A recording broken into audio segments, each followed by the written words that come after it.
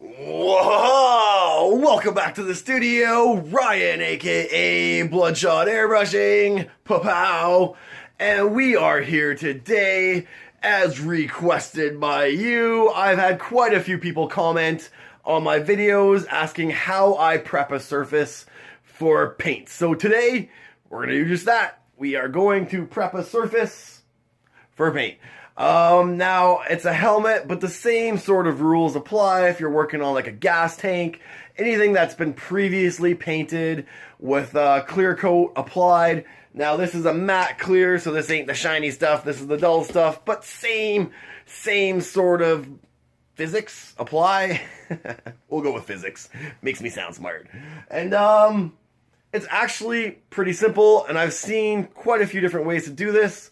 So this is just how I do it. Couple decades of doing it this way has taught me this is probably the best way for me. Maybe you. Again, this is just how I do. Now, disclaimer, I kind of only do the artwork. So this is kind of a rare occasion where I strip a helmet and I sand it and I do the artwork. But then at the end, I will ship this back off to an automotive shop for them to do their business and get some nice shiny clears on it. I know it started with a matte, but we're going to end this off with a mighty shine.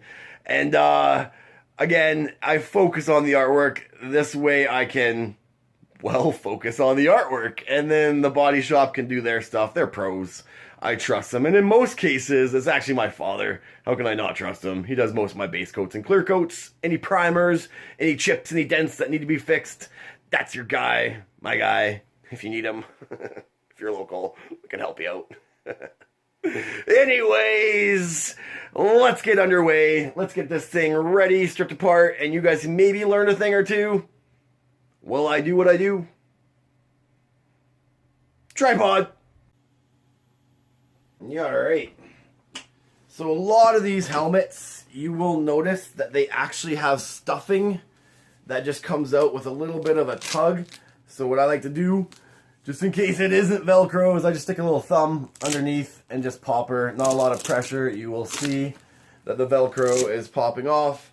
I like to keep my helmet bag handy and just toss everything in there so nothing gets lost. Oh man, there's nothing like returning a helmet to a customer and be like, thought you had the stuffing. Nope, it's all here. It's all in one place and you can't lose it. Now again, have a quick feeling, look what's around. If it don't come out, don't pull too hard. This guy, he's actually glued in.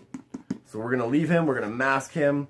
And I've got my reasons for masking. I know there's a lot of guys that will actually cut some of these rubber seams off. I do not do such things. I find that the factory has these things in as good as they will ever get. And I will never get it on there quite as good as the factory did. So I ain't even going to mess with that. But I'll tell you, I've got a system that keeps this edge as clean as we possibly can. Because if you can imagine, you start masking this off, you got a sand, you get a bunch of gunk in that masking tape. Then you change the base color. And now you got some paint building up on that edge, and then you got a clear coat, and then you got to do artwork, and man, you could see how a buildup can build on this edge. There's ways to avoid that, my friends. So that's about it for this one. That's all the stuffing that's going to kind of come out of it, and what we just do is we're going to just quickly tie this off so it's out of the way. And now we got to remove the visor, which is pretty easy, guys. Standard flat head.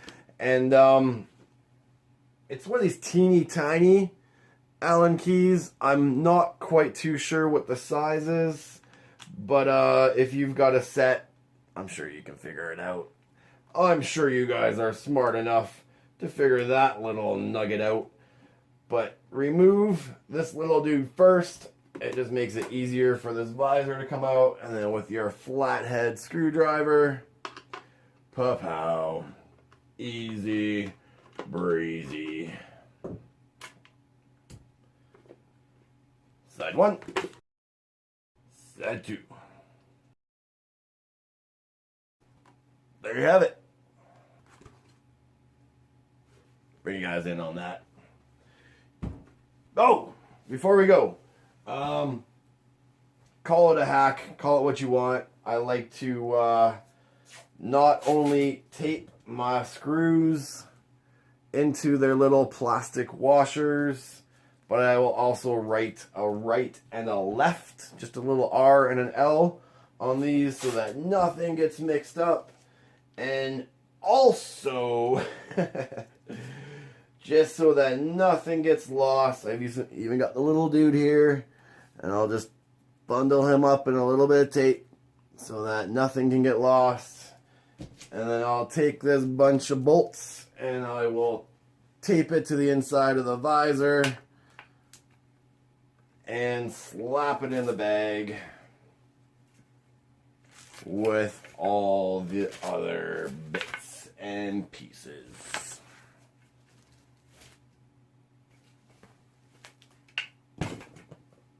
Come on in. Alright, now what I like to do is I like to just take a little piece of tape like so, and I'll just spin it into a little cone. Like so, a little ice cream cone, and then I just kind of stuff that into these little holes and then bunch it up, and that will prevent any clears from getting on in there. And for this one, we just gotta make a teeny tiny little one. Alright, next we'll remove any stickers, and I just carefully, with an Xacto knife, get under a corner of this, peel it up. I'm not trying to save it, I'm just trying to remove it. And that works great for any plastic stickers. You'll notice that sometimes there's a paper sticker on there, and you try to remove that, and a lot of times the paper starts to separate. If you have a grease and wax remover, otherwise known as silicone remover, this does remove a lot of adhesive. Try not to get any of this into your seam, so just a little bit of it on there. Let that soak for a minute, and then amazingly enough, this will pretty much come off, and whatever doesn't, you just take it off with a paper towel. The DOT, now this stuff has to be seen by the authorities when you're riding. Now we can lose the Simpson Outlaw Bandit, so you can actually mask it off and blacken that out if you wanted, but the rest of this does need to be seen. There is certification inside, so some guys will choose to paint over these, but I found just better safe than sorry to keep it on there. And even if you can, work it into your theme. For this particular helmet, we're actually going to change the color of it by just going over it transparently to match the rest of the artwork so it's not such a big eyesore. And then, like I said, with a bit of paper towel and some grease and wax remover. I've actually found that this stuff is actually great to clean your rubber with, and this will help your tape to stick a little better. And in reality, it's a good time to clean your helmet anyways before you start applying masking tape to it. Just helps the masking tape stick a little better. And I think you guys can probably guess the next step. We masking this. I like to start at your big bends because obviously tape isn't going to bend around that corner, so I start there. But I like to try to get it all done in one solid piece of tape and then do your fill in, just because there's less areas for that paint to bleed in, or even when you're sanding it for all that gunk that you're sanding off to drain in. So try to get her done in one, or I guess I should say as few amount of pieces of tape as you can. And I like to, without pulling the tape too much, I'm kind of guiding it with this hand and pushing it in with my thumb to get it as close to the edge of that rubber as possible. Alright, time for a time lapse. And as we speed through this section, it's a good time to mention, before you get too far, go back and push it all down. Nothing like having your tape peel up on you as you go, and don't pull too hard or else you will rip that tape and that will be one of those seams. But there you go. There you have it. Quickly masked off. And all we got to do is fill that little gap on the nose with a couple quick little pieces of tape. Like so. Done. Alright, next same thing. I try to start on one of these edges and then bring it back and try to do it all in one piece.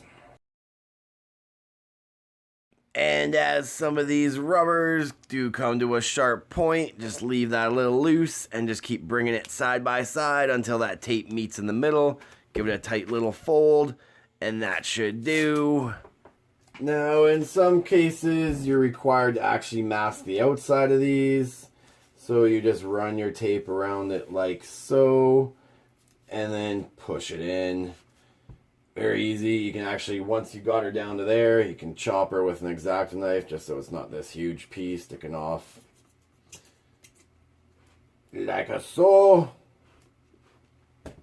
But for this project, I'll mask it up for the clearing process. We've got the vents that need to be masked off. And for that, take my handy cutting board.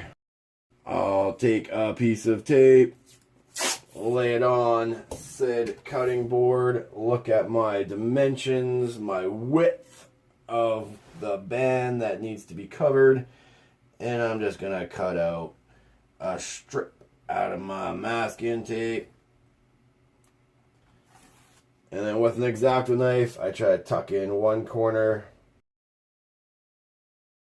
I'm going to say that's a little too thick, so I'm going to trim it down and try again.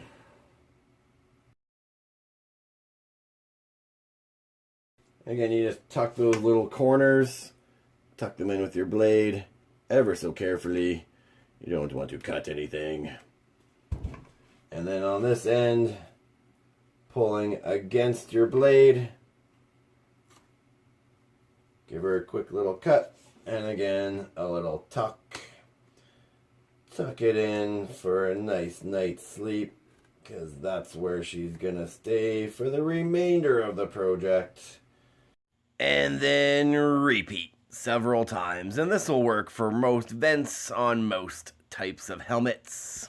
And next we fill the void, and I just take my masking paper, rip it out to sort of a size loosely to what I need, attach a piece of tape to the top of it like so, and just tuck her in there and start folding her down, adding some tape, folding her down, adding some tape. And I always recommend doing the visor hole before you do the neck hole, because you can get your fingers in there and you can push it so to make sure you get a nice stick. Alive! Alright. Neck hole. And for the neck hole, we start off the same. We fold her down, but we just add some tabs of tape to hold it in place. And what I like to do at the bottom, because this does take the brunt of the abuse, is I will take the double wide masking tape and I will run it around the edge like so. And there you have it. This bad boy is ready for sanding. Now, because my bench is carpet, I like to run a sheet of masking paper and tape her in place. Alright, we are ready to sand. So I just got an old ice cream bucket with a little bit of water. It doesn't take much. And I've got my wet or dry 600 grit sandpaper. And again, this isn't a brand new piece. I like to recycle.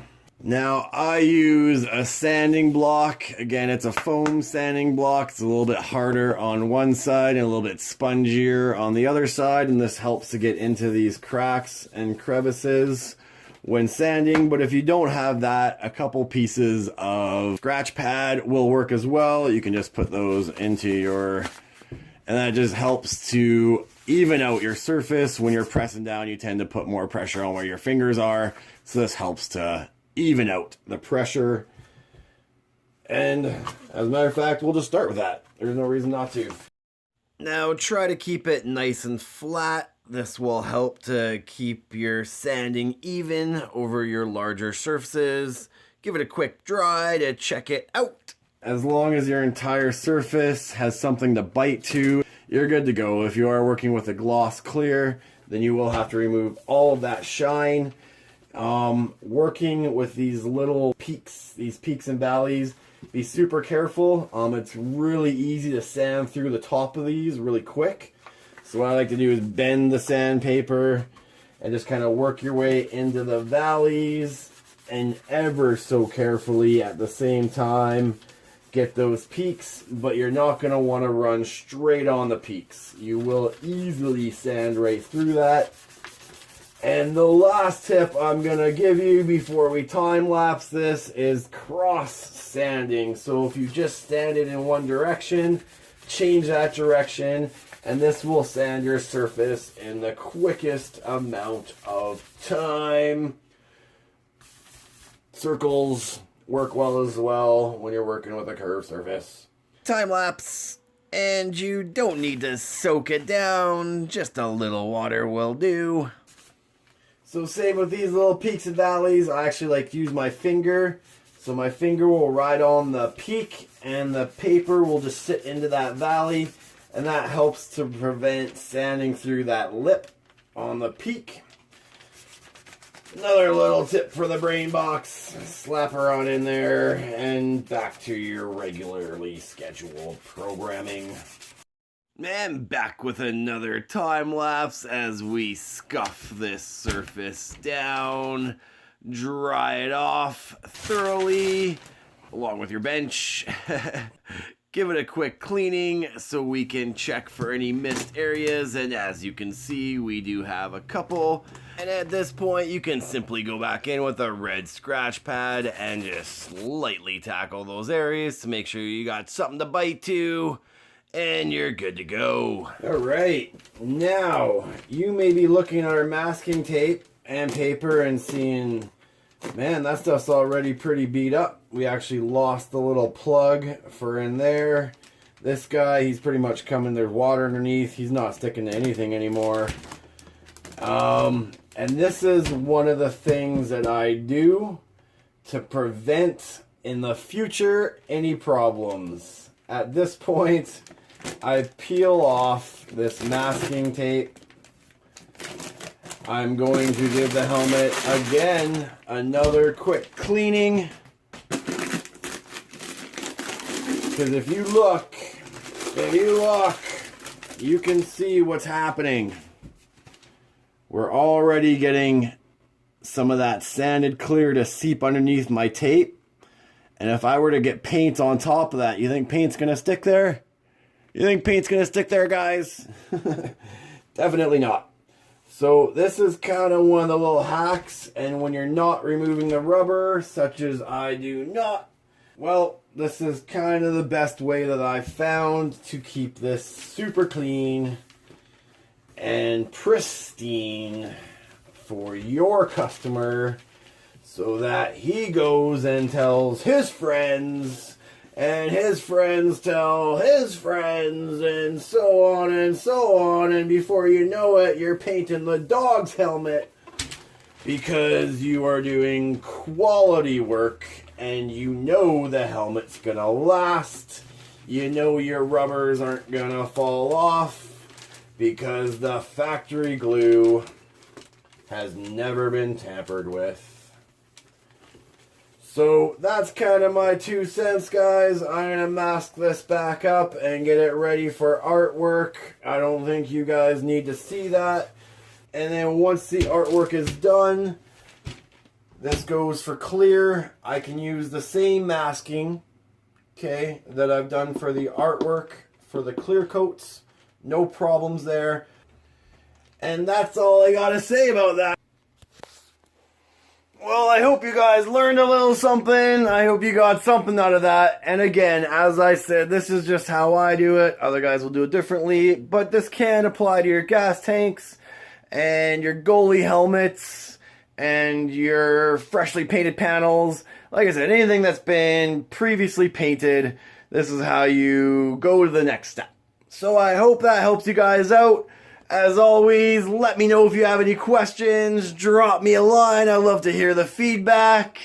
And you know how it goes. Like, follow, subscribe. Thanks for coming along for the ride. Cheers. And feel free to slide on by the Spreadshirt page to snag your battle-ready uniforms. A link is provided in the description, and don't forget, guys, we've got the airbrushing for beginners, airbrushing hacks, and plenty of tutorials. Tell the world the BloodShot Army is here to spray. Cheers.